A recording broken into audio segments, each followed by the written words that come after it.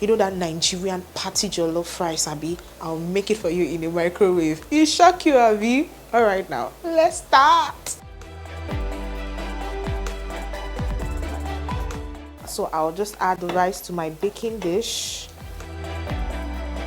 So now I'm going to add my jollof base.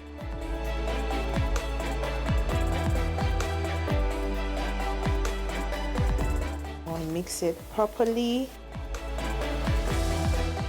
Now I'm going to be adding some water for this to cook, to perform its magic.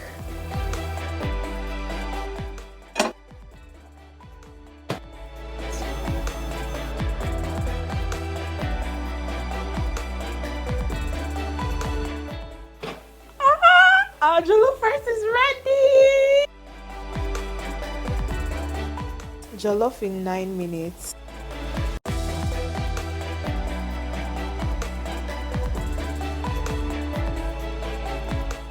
So let's taste. 100. If you love what you just watched and also think you can do it too, join the LG Insider community for a chance to review one of the LG Neochef Microwave. Follow the link in my bio and join.